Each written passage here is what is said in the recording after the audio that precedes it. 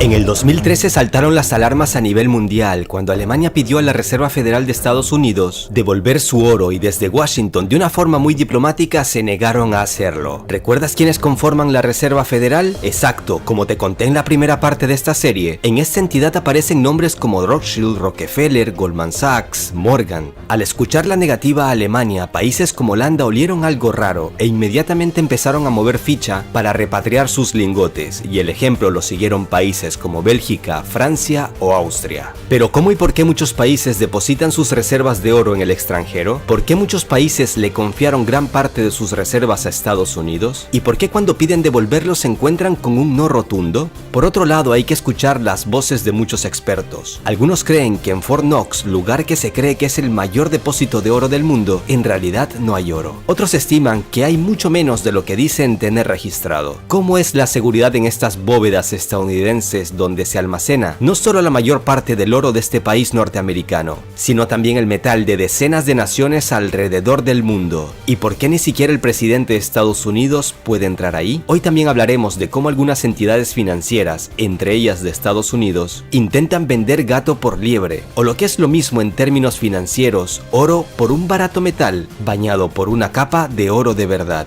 China no lo podía creer cuando en el 2009 le llegó un cargamento de lingotes de oro, o bueno, digamos mejor, lingotes de tungsteno bañados en oro. ¿Un cuento chino? No, nada de eso. Digamos mejor, otro cuento estadounidense. En este capítulo hablaremos de oro, de mucho oro, pero también de engaño, de mucho engaño, estafa y manipulación en el mundo de las finanzas. No te vayas, quédate con nosotros, que hoy mismo te enterarás de muchos datos impactantes en torno a este metal precioso.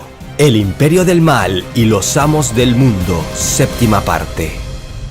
Año 2013, el Banco Federal Alemán, comúnmente conocido como Bundesbank, intenta devolver a su territorio las reservas de oro que se encuentran en Estados Unidos, pero desde la Reserva Federal le rechazan esta petición. Es más, a los alemanes ni siquiera les permitieron visitar las bóvedas en Estados Unidos para comprobar si el oro verdaderamente existía en estado físico. Desde Berlín tenían motivos de sobra para inquietarse, ya que mantenían en territorio estadounidense cerca de la mitad de sus reservas de oro. Y es que las instituciones financieras de Estados Unidos son conocidas por vender lo que realmente no existe. Por ejemplo, en 2012 el banco Goldman Sachs vendía certificados de oro, asegurando que estaban garantizados por el oro auténtico en sus bóvedas. Sin embargo, como se supo después, allí no había oro, y el banco estaba trabajando sobre la base de un sistema de reserva fraccionaria. La prensa alemana no podía quedarse callada y empezó a dar voz a los expertos en el tema. No entiendo por qué no nos permiten revisar nuestro oro en Estados Unidos. No soy un teórico de la conspiración, pero el Bundesbank debería tener la posibilidad de revisar sus reservas de oro una vez al año, tal y como ellos lo permiten hacer en Frankfurt.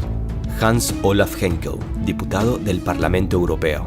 Hasta el momento no se ha demostrado que las reservas de oro de Alemania se encuentran en las bóvedas de Nueva York. Tampoco publican los números de las barras de oro, pese a que la Reserva Federal sí publica estos números de sus propias reservas. Peter Boehringer, fundador de la Asociación Alemana de Metales Preciosos. Pero ¿cómo es que este oro alemán llegó a Estados Unidos y por qué luego decidieron devolverlo a su país? Los expertos en el tema explican que la reserva de oro de un país es la condición más importante para tener una independencia financiera y que se lo use en situaciones de emergencia. Pero si las reservas de oro se tienen para tener una independencia financiera, ¿por qué entonces no las guardan en casa, sino que las guardan en otro país? ¿Será que estos países no son tan independientes como se lo creen? Como te contaba en la primera parte de esta serie, en los acuerdos de Bretton Woods de 1944, el dólar de Estados Unidos se ganó su estatus mundial por motivos más que obvios.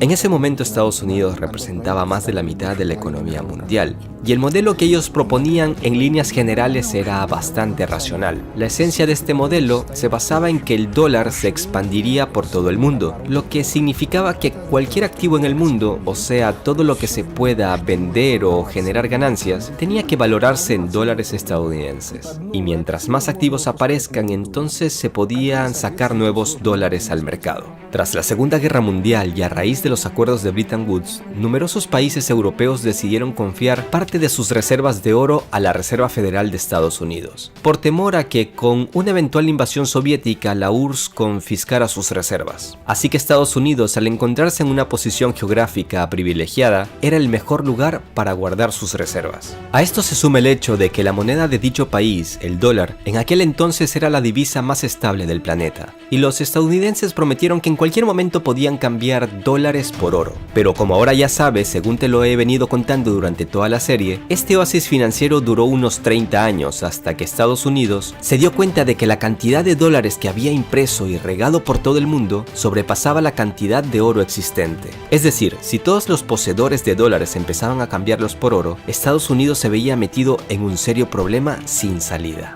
Tampoco hay que olvidar que los estadounidenses se la han pasado violando los acuerdos internacionales y culpando a otros de todos los males en el mundo. Esto se debe a que al ser la mayor potencia mundial tiene el control sobre las finanzas mundiales desde 1944. Hasta hace unos años Estados Unidos usaba sus métodos diplomáticos, entre comillas, porque detrás de cada palabra hay una sutil amenaza, para decirles a sus socios europeos que no pidan retornar su oro y ni siquiera exijan la posibilidad de hacer una revisión. Estados Unidos siempre tiene un as bajo la manga. Si las relaciones empiezan a entorpecerse, simplemente pueden bloquear los activos de los países rebeldes, y entonces estos pierden mucho. Por eso a los aliados de Estados Unidos no les queda más remedio que ser sus vasallos. Los estadounidenses guardan muy bien nuestro oro, no tenemos motivo para desconfiar, intentaban calmar los ánimos algunos políticos alemanes. Desde el punto de vista de Estados Unidos es muy beneficioso tener el oro de otros países en su territorio, ya que esto demuestra el poder de Estados Unidos para tener el control financiero.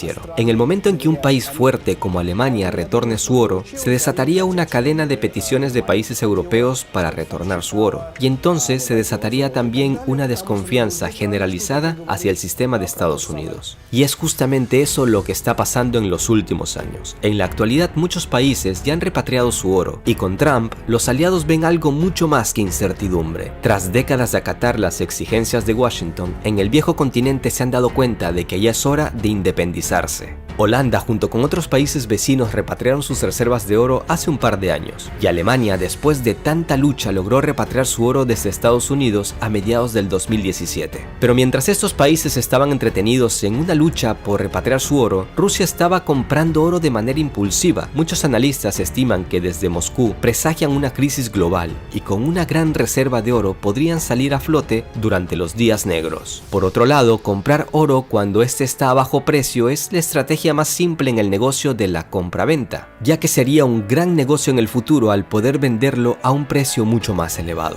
Cuando los europeos se dieron cuenta de esta jugada rusa, Putin ya estaba comiendo caviar y entonando canciones a sus anchas. Pero es que Rusia no solo multiplicó por 10 sus reservas de oro durante la última década, sino que también redujo considerablemente el porcentaje de bonos del tesoro estadounidense. Los expertos lo tienen claro, la carrera por el metal precioso y esa forma sutil de deshacerse de los bonos es el intento del Kremlin de independizarse del dólar. No te vayas, que ahora viene lo más interesante. Según datos oficiales, Estados Unidos tiene las mayores reservas de oro del mundo. Estamos hablando de unas 8.133 toneladas. Para entender esto se puede decir que todo el oro extraído hasta el momento del mundo es posible reunirlo en cubos de 25 metros de cada lado, lo que supone 165 toneladas de oro. Todo este oro, o sea todos estos cubos, es posible colocarlos en 3 piscinas olímpicas. Según datos oficiales, el segundo lugar lo ocupa Alemania con unas reservas estimadas en 3.369 toneladas. ¿Sabes quién ocupa el tercer lugar en el ranking? Nada más ni nada menos que el Fondo Monetario Internacional, con 2.814 toneladas. ¿Pero tiene realmente Estados Unidos todo este oro en físico? Fort Knox es una base de Estados Unidos donde se encuentran las bóvedas de oro más profundas y mejor resguardadas del mundo. Paredes de granito protegidas por varias gruesas capas de hormigón llevan a unas pesadas compuertas que para abrirlas es necesario un código especial y cada parte está vigilada por guardias. El código completo que da acceso de la entrada a la bóveda final donde se encuentra el oro no lo sabe nadie. En caso de un ataque se activan unas seguridades automáticas y dentro es posible vivir con electricidad, agua y comida por varios años. Muchos creen que las bóvedas de Fort Knox de Estados Unidos ya fueron vaciadas en los años 70. En 1972, muchos medios de Estados Unidos empezaron a dudar de que en Fort Knox hubiese el oro que decían que había. Y para tranquilizar a la sociedad mundial desde la Reserva Federal de Estados Unidos, se permitió a varios periodistas entrar a Fort Knox. El objetivo era que los periodistas desmintieran todos esos rumores al mostrarle las barras de oro que había dentro. No obstante, algunas dudas siguieron en pie, ya que no permitieron entrar a especialistas para que verificaran la calidad del metal. Luego cerraron las puertas y nunca más se las volvieron a abrir a la prensa. Es decir, desde 1972 ni los propios estadounidenses han visto las reservas de oro ni por televisión. ¿Recuerdas que en el capítulo 5 hablamos de Strauss-Kahn y sus planes de cambiar las reglas del juego en el mundo de las grandes finanzas? Pues bien, todo parece indicar que en 2011, antes de aquel escándalo sexual que te detallé en dicho capítulo, Strauss-Kahn empezaba a dudar de que en Fort Knox hubiese oro, ya que una suma considerable de este metal que el FMI debía recibir a inicios del 2011 por parte de la Reserva Federal se estaba retrasando, según indican varios informes. Ahí no hay nada, asegura este autor del libro sobre el oro, cuyos prólogos escribe nada más ni nada menos que Steve Forbes. Este escritor también cree que el escándalo sexual de Kahn fue una puesta en escena para sacarlo de las esferas del poder. Ahora mira cómo más o menos funciona el esquema del oro en Estados Unidos. Un banco, cualquiera, toma oro prestado de la Reserva Federal y al recibirlo lo pone en venta y envía estos certificados a Fort Knox. Según estos papeles, el oro se encuentra en Fort Knox, pero en realidad hace mucho tiempo que ese oro se encuentra vendido en un lugar muy lejano. Entonces resulta que Estados Unidos, al vender este oro con este modus operandi, empezó a demostrar al mundo solo con papeles que el oro existe, pero en realidad este oro no existe en físico. ¿Es por eso que no permite a nadie entrar a este misterioso lugar conocido como Fort Knox? Entonces resulta que Strauss-Kahn sí tenía razón y ahí no hay oro, o hay mucho menos de lo que dicen tener registrado.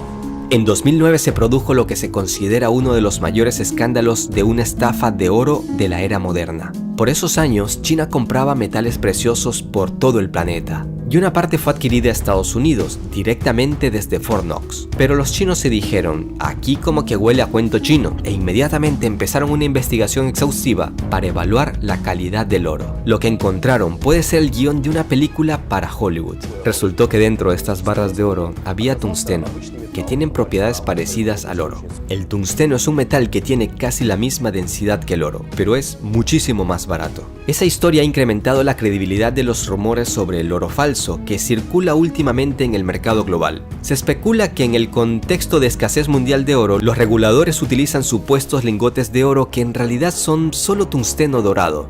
Según el periodista Rob Kirby, a finales de la década de los 80, cerca de 1,5 millones de lingotes de tungsteno de 400 onzas de peso fueron fabricados en Estados Unidos. Posteriormente, 640,000 lingotes de tungsteno dorado irían a parar a Fort Knox, que como sabes es una de las principales bóvedas estadounidenses.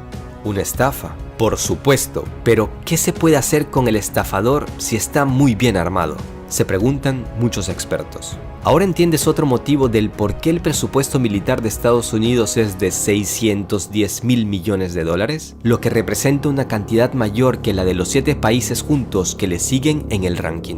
No obstante, hay quien ve en estos hechos del tungsteno dorado con escepticismo. El tungsteno no se lo trata tan fácilmente, se necesitan unas maquinarias especiales para hacer estas barras, luego bañarlas en oro, después hablar por aquí y por allá con altos cargos, después toca liquidar a las personas que hicieron este trabajo sucio para que nadie se entere. Puede que tenga razón, o puede que no, pero la historia nos ha demostrado que Estados Unidos es capaz de cualquier cosa por dinero. Y así, mientras el mundo se debate entre si Estados Unidos tiene oro o no, si estas barras son de verdad o no, Rusia sí que lo tiene de verdad, ya que ha estado comprando y llenando sus reservas. Los datos no mienten, y todo parece indicar que se han estado preparando para cuando llegue el colapso del dólar. En el siguiente capítulo hablaremos de los sencillos métodos de Estados Unidos para saquear los recursos de los países con gobernantes muy débiles, que se venden por unos cuantos billetes verdes.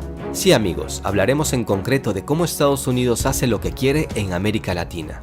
Estos métodos son muy sencillos y se reflejan en reportes financieros fraudulentos, manipulación de elecciones, sobornos, extorsiones y asesinatos. Es probable que sea uno de los capítulos más reveladores. Será una bomba. Luego hablaremos del México de López Obrador y de Venezuela. No olvides suscribirte al canal si es la primera vez que te topas con él. Dale like al video para poder llegar a más gente y déjame tu opinión en los comentarios. Si bien no respondo a todos, sí que los leo todos. Un abrazo a todos. Hasta la próxima.